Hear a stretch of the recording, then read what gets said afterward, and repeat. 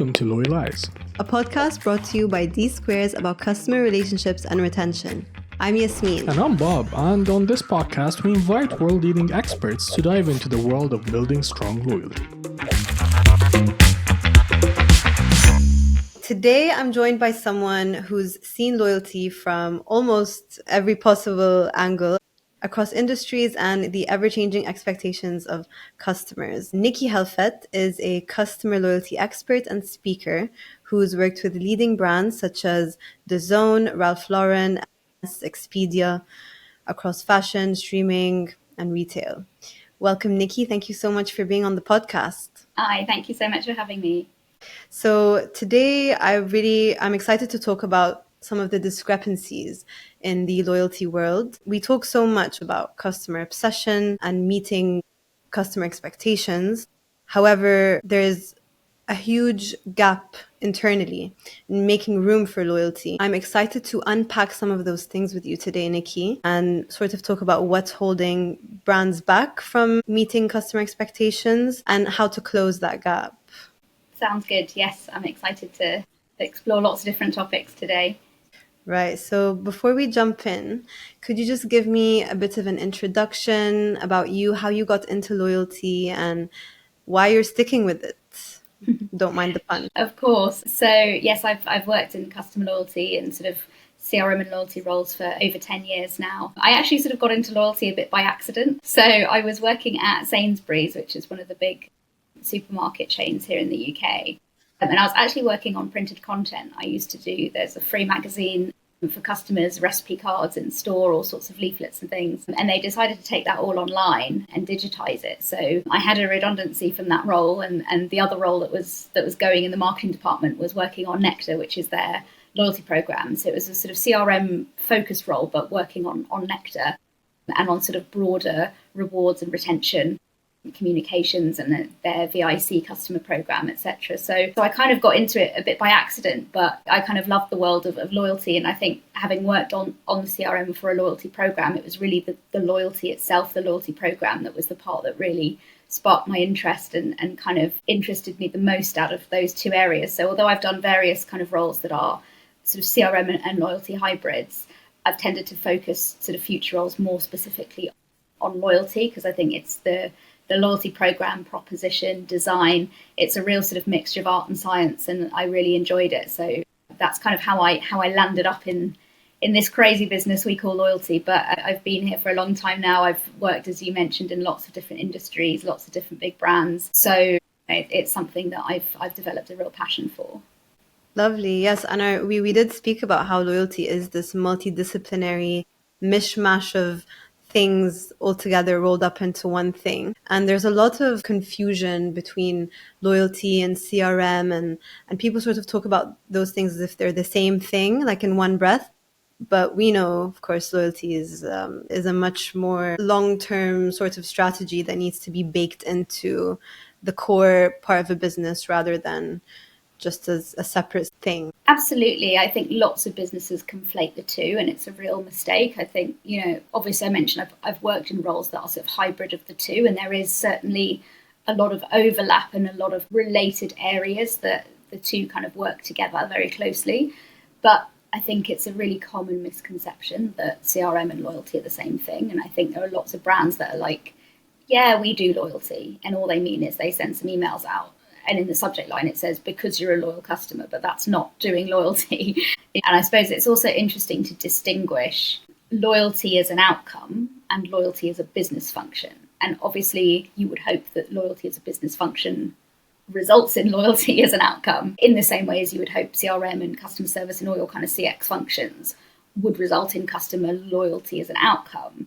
But saying we do loyalty, or this person in the business is in charge of loyalty, just because you sort of try and offer a decent customer service, that's not the same thing. Or you try and have a dialogue with your customers, that's not the same thing as loyalty as a business function, which is actually having a strategized program. And it may or may not be an overt program. It might be something that sits underneath that actually you don't overtly communicate to customers. You might not say do X and get Y. In many cases you will, but sometimes you might not necessarily explicitly do that. But that doesn't mean that you might not have loyalty as a sort of function and as a program set up within the business. But to me, loyalty is having loyalty as a business function, as opposed to just having other business functions like CRM and hoping that they result in loyalty as an outcome, or sort of referring to them as loyalty because you hope that that's what they're going to drive. I love that distinction. Yes, loyalty as an outcome versus loyalty as a function. That's sort of like the difference between truly living it and just measuring it, and how the two are intertwined. And yeah, we're going to touch on that more a bit later in terms of how brands are lacking in terms of structurally, or I guess in budgeting, or the way that they consider loyalty and how that translates into the outcome. So yeah, cool. Could you tell me a customer experience that's recently wowed you? I hate to be negative, but I say I would probably have had more experiences in recent times of customer experiences that have wowed me at how poor they've been, rather than those that have been so exceptionally good. And I think sometimes those really poor experiences stand out, and in particular when it's from a big brand or a brand that you feel that you ought to trust.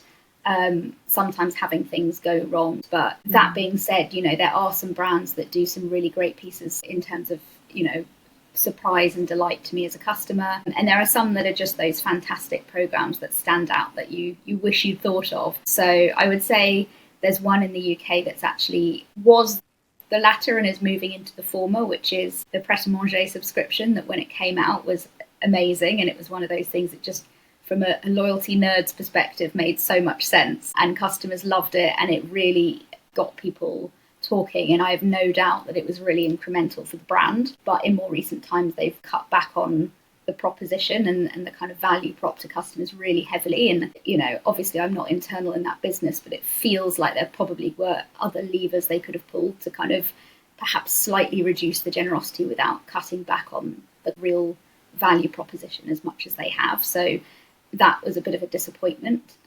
But when it came out, it was honestly one that blew me away. Wow. See, I think that's really telling of the times right now. Like you were saying, a brand you ought to trust, how we expect a certain standard of customer experience that just isn't met. Or as you say, it happens and then it's sort of dialed back.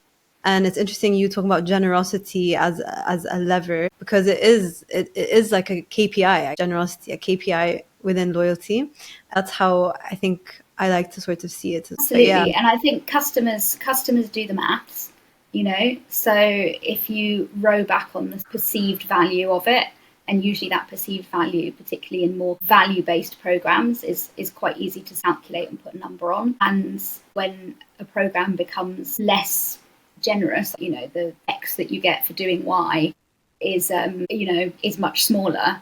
Customers notice that, and I think a lot of brands kind of hope they won't, or try and obfuscate it with more complex mechanics of the program. But when you look at sort of verbatims from customer research, and you kind of ask people what they think about certain programs or the level of appeal when you're trying to sort of search a new proposition, generally speaking, particularly in certain markets, more price sensitive, more kind of deal conscious markets, they will just do the maths and be like, yes, I'll sign up if it pays me to do it. No, I won't sign up if it doesn't. And, there's much more kind of functional decision-making process that goes on. I think a recent sort of interesting example of that in the industry would be British Airways, and the way that they've changed their programme and sort of positioned it as being based on customer feedback. And I think there's fairly unanimous buzz in the industry of like the main comment I heard was, I'm pretty sure no feedback asked for this. Like, I don't think any customers were asking for this change, because for the vast majority of people, it became less generous and they would be worse off. So I think there's an interesting way of, how brands do it and also how brands communicate it. And I think part of the pain point was around the way it was communicated, as trying to position it as being as a result of customer feedback. And I think, it felt a bit disingenuous to try and describe it that way. Certainly that seemed to be the fairly unanimous conclusion that was drawn in the industry comments that I was reading.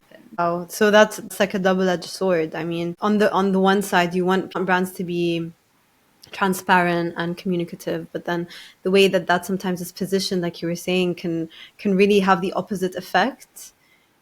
Yeah, and I think it probably felt like it wasn't transparent because it felt like it probably wasn't the genuine reason. I think everyone knew that it was just, a cost-cutting exercise, and that, making it less generous was something that was going to benefit the airline a lot more than it was going to benefit certainly some of their customers. I think people that sort of were very focused on status within that program, their eligibility was going to change quite dramatically. And so certain people with certain behaviours were going to be a lot worse off. So, it was obvious that it was a commercial calculation and a commercial decision in terms of what the new programme was going to be, but the way that customers felt it. And I think particularly because a lot of people who chased status based on frequency through that previous mechanic felt that they were very loyal because they were flying frequently, even though their spend, wasn't going to make them eligible in the new world. So, were they as loyal as people that buy, a couple of long haul first class tickets and spend a lot more? It depends on your definition of loyalty. But I think customers felt that if they were flying regularly, they were loyal. And the fact that they were sort of switching their behaviour, their choice of airline in order to gain that status through, that frequency of use with that one provider. I think the perception of how loyal they were being versus the perception of how much they were being rewarded, I think that change was something that, is a difficult message to land, I guess, transparently. And you've got two choices. You either are transparent and you say, look, we've got to do it based on spend, sorry, or you try and pretend like customers asked for it. And I think sometimes the transparency, is perhaps the better option in the longer term, even if it feels a bit painful in the short term. I mean, look, I don't work in PR. I'm not going to tell people how to kind of navigate that one from a PR perspective. But I think from a loyalty point of view, customers, they do the maths and they have their perceptions. And I think when what you're saying isn't perhaps aligned with their perceptions, it can cause a bit of backlash. I'd argue that the communication of the loyalty program and the way that it is positioned should also be part of the way that we were saying, the multidisciplinary nature of loyalty. It is something that needs to sort of be part and parcel of the whole strategy. So on the flip side of that, I mean, what would keep Nicki loyal to a brand? I think there is that piece in that same way around sort of frequency. I think there are brands that, like, when you're regularly making the decision to purchase with them versus the alternatives versus their competitors, I think having that recognised and therefore having that kind of frequency rather than like spend level is something that I always personally value. I think in certain industries it's difficult because if I live on my own, I'm never going to spend as much as a family of 6 at a grocery store. It's just not going to happen. I'm never going to look as loyal as them. For me, if I'm choosing to go to your store every week versus someone else, to me, that's loyalty. And I think it's that share of wallet and that frequency piece that denotes loyalty the most. And there's a sort of tension between that and your revenue piece. If you've got certain customers that are bringing in more for you, you obviously want to kind of drive a bit more share of wallet there.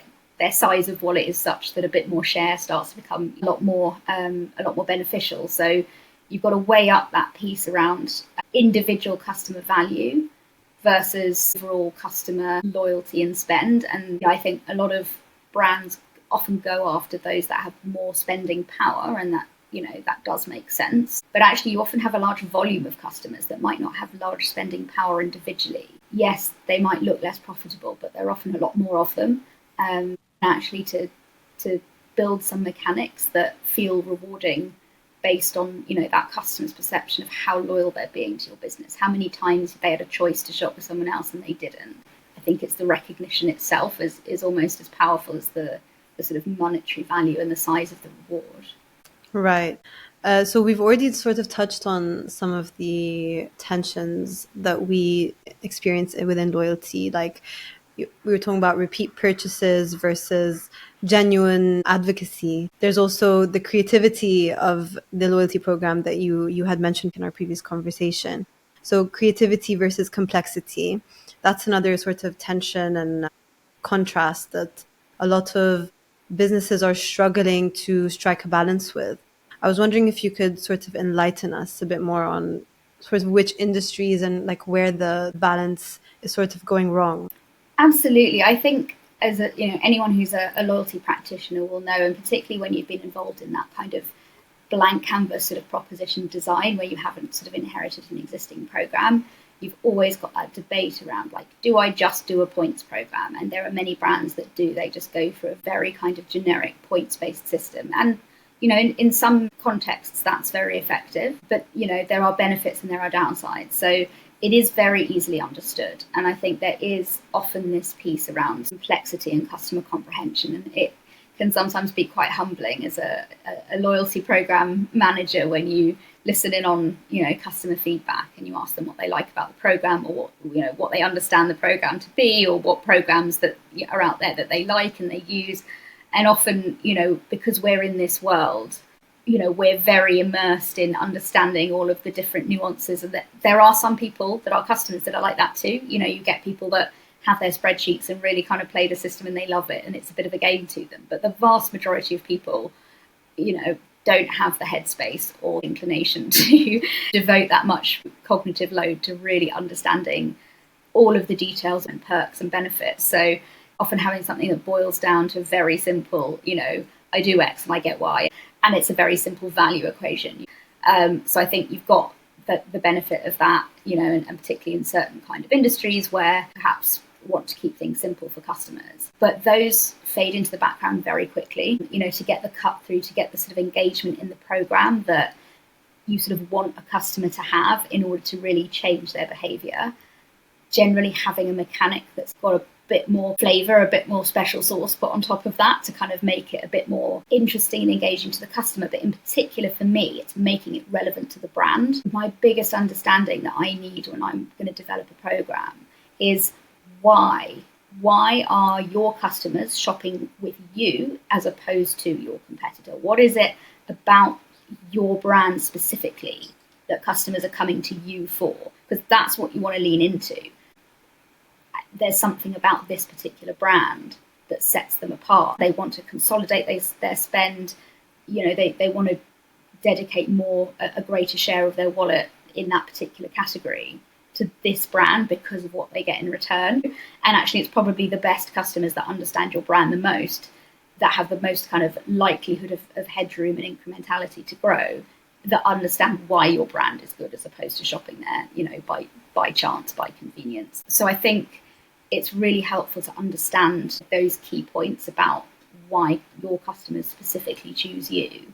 So I think there's always a tension between doing something that is, very simple and very kind of understood, and doing something that's going to create more cut through and create more standout and ultimately create more incrementality. And really, loyalty lives and dies by incrementality. It's the one metric that, I always say you might want a certain percentage of your transactions coming from loyalty members. You might want a certain level of average spend. There are all sorts of different KPIs you can put against that. But if none of those are incremental, your loyalty program doesn't wash its face. The loyalty program needs to drive incremental behavior.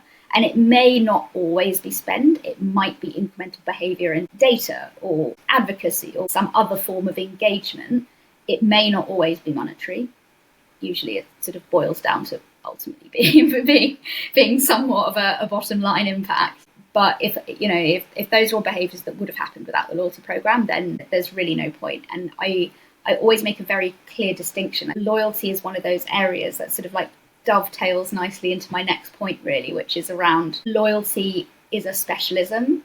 And I think having loyalty is often conflated with CRM means it gets given to the CRM department to sort of develop as a side project. And actually, if you don't have someone who has real specific expertise in loyalty, the likelihood is that you will perhaps not end up with the most optimal proposition. And often when there isn't a loyalty expert on board, you can sort of tell, because having something that's very generic and copycat is often a symptom of having a department running loyalty who aren't loyalty specialists.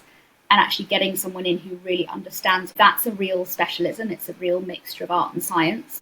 And it's something that you really need the expertise in if you want to do it properly. So I think having loyalty really valued as a specialism within the business and recognised as a specialism hiring experts appropriately, giving it, and you mentioned budget, giving the right level of budget to loyalty to have it done properly. And really in the budget piece, I always say a badly designed loyalty program is a cost center. A well-designed loyalty program is a profit center. And it's one of those areas that, as well as often not hiring kind of specialist skills, that loyalty is often an area that gets cut back on. So, we talked earlier about sort of rowing back on generosity of propositions, but often internally I find, it's one of the areas that layoffs happen a lot, budgets get cut in terms of what can be done, and that impacts what the program can deliver. Generosity of, the program itself, once those budgets get cut back, if you can't make a program effective, then it's a cost center. And even if you cut those costs, the costs you are spending are unlikely to drive the incrementality to kind of get that ROI that you need from it. And that's around getting the right specialisms and getting the right investment so that that program can be, the optimal program for that business. Yeah, so it's the long game that a lot of brands, I think, are stuck on still viewing loyalty as a cost center, like you were saying. And you mentioned as well, loyalty sits in sort of the wrong place within the business. It's sort of viewed as like the end of like the marketing funnel rather than the core part of the business and as a driver for growth. So based on that, what do you think the consequences are of neglecting loyalty and these misconceptions that businesses have around implementing loyalty? So I think some of the misconceptions around things like the skills that you need and kind of making sure that the program has that kind of that critical mass of investment, monetary investment and emotional investment, the sort of buy-in from the business. Having everyone on board, I think those are really important to sort of underpin, making sure loyalty can do its job properly. Having a seat at the table for loyalty is something that often doesn't happen, even in really big businesses. There are certain industries like grocery, like airline, where loyalty is kind of recognised as being a very important part of the business, and in those industries, there is a bit more, seat at the table for loyalty. But there are many other industries where that's really not the case. One thing I find is that a lot of CMOs have a background of quite sort of generalist marketers, and generalist marketers often have less experience sort of hands-on with loyalty because it's a specialism and because it's not, perhaps as kind of ubiquitous as some of the other big marketing functions. Unless you have a CMO that comes from a background in sort of airlines or groceries, where loyalty is that kind of really core piece of the marketing department, but certainly a recognised important department in the business. Unless you have a CMO that has a background in those kind of industries, often don't really kind of have that much of an understanding or have that much of an appetite to particularly understand and learn about loyalty. So I find that it's easy to be a bit sidelined in the business. So a change I would love to see is to have a bit more understanding of the specialism that is loyalty, having businesses hire loyalty specialists to start programs and run programs rather than sort of hiring someone for CRM and loyalty. It's often a sort of afterthought and lumped in with CRM, and actually having businesses that recognise that loyalty needs to be done by a loyalty specialist, having them recognise that loyalty works better when it's kind of given the tools and the platform and the importance in the business that it needs. And it's funny because, depending on which statistics you read, but invariably all of the statistics and all of the real academia on the subject shows that retaining existing customers is much more cost effective than acquiring new ones, and that existing customers are usually a lot more profitable and a lot more valuable than customers that you've newly acquired, and in particular newly through offers, discounts, free trials, etc. But usually the quality of those customers that come through those channels, it is far inferior to either organically acquired customers or in particular existing customers that you just nurture and build that better relationship with. And yet in most businesses, in most industries I see, so much focus is given on acquisitions. The budget that gets given for customer acquisition, is wild compared to what brands will spend on having a really good loyalty program. And an amazing loyalty program can be an acquisition tool if it's good enough and it's known about enough. I come back to that Press Manger example of the coffee subscription. That was so market leading and groundbreaking, and it got copied elsewhere a little bit, but ultimately, no doubt that acquired customers as well as retained them. That's the holy grail. It's not easy to achieve, but the two aren't working against each other. Loyalty can help with that as well. I mean, statistically, and I think logically, that makes a lot of sense. People are already here. Why don't you just make the environment a bit better for them to actually want to stay? Because if they're already using your business anyway, it's like, okay, why don't you surprise and delight them, or just give them those nice moments that keep it lasting, keep it positive, keep them there. And I think it's interesting, the surprise and delight piece, and you mentioned it's one of those kind of like, little golden phrases in the world of kind of customer experience and customer loyalty. But I think it's an interesting one to think about when you think about customer expectation. There's meeting expectations and then there's surprise and delight. And I think both of those need to work together. Those are kind of the hygiene factors, if you like. And it gets mentioned in the same area. Surprise and delight doesn't work if you aren't meeting their basic expectations. And at the same time, If you're meeting their expectations, you're meeting them, and that's great. But then you've got that kind of potential to sort of exceed them in the form of surprise and delight. And it might not be something really big, it might be something really small, but surprise and delight can simply be just exceeding those expectations a little bit. They don't have to work against each other. It's like many things within loyalty, like the digital aspect and the physical aspect.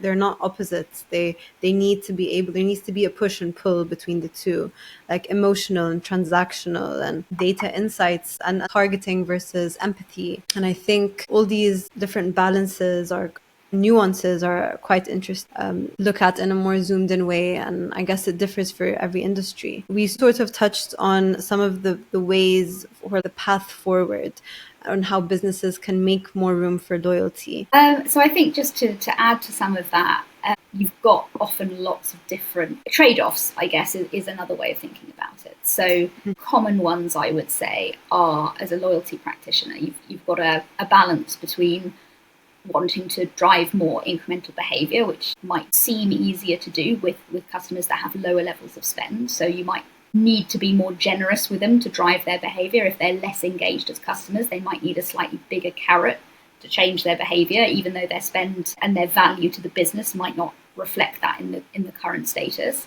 So you've got sort of trying to drive more and give bigger incentives to those customers. But then obviously your logic would be that you want to give bigger and more generous rewards to your existing valuable customers, where they're already spending a lot and they're already loyal to your brand.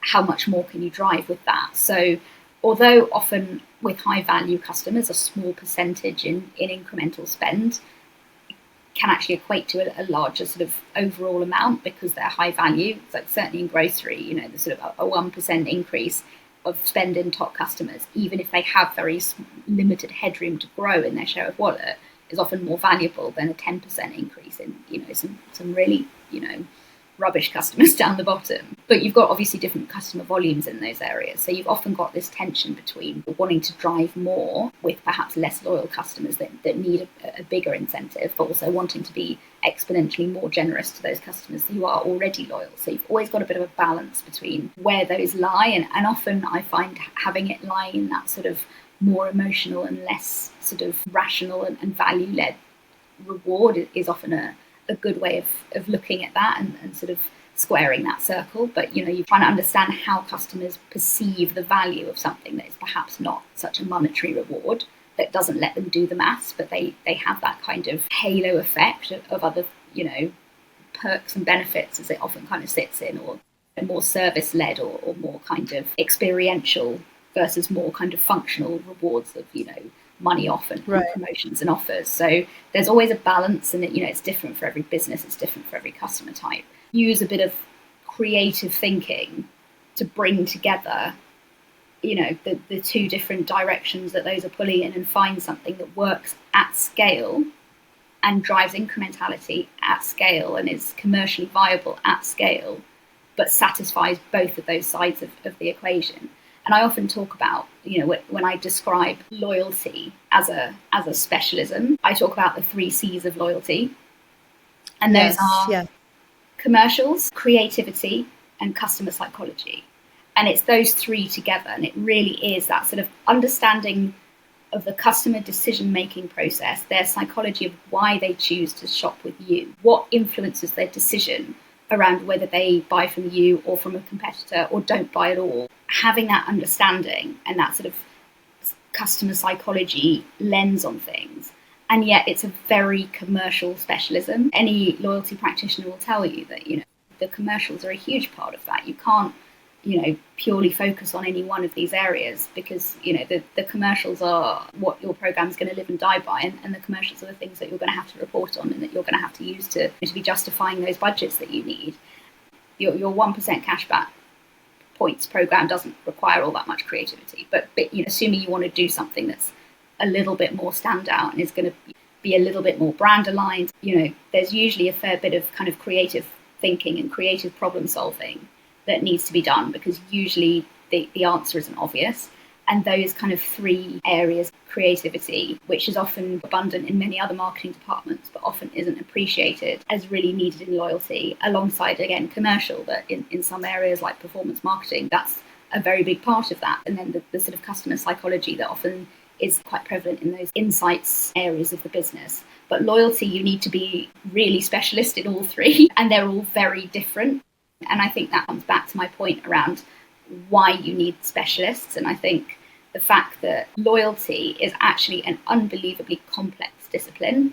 If you look at many other marketing functions, very few of them, those three quite different kind of aspects, all needed in abundance. And actually the complexity of what loyalty is trying to do. You're trying to predict the future, predict customer outcomes. You've got a lot of that uncertainty that you're having to do a lot of predictive modelling and a lot of quite intense work on that side, as well as reporting back. You're looking forwards and backwards. You're looking at many commercial areas of the business, many operational areas of the business. It's actually an unbelievably complex specialism. I think it's a very undervalued specialism at the moment, and that is something I'd really like to see change. I would really like C-suite to understand how skilled it is and how kind of complex a specialism it is.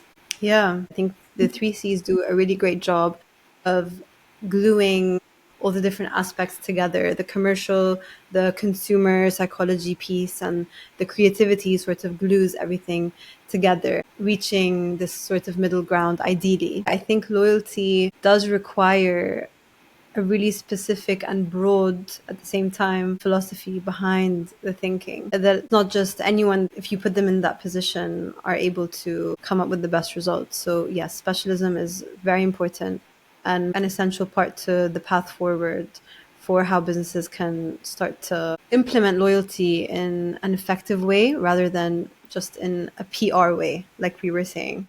Thanks, Nicki, for joining us on the Loyalize podcast. Thank you so much for having me. I've really enjoyed chatting and it's been a pleasure. So thank you so much for inviting me on.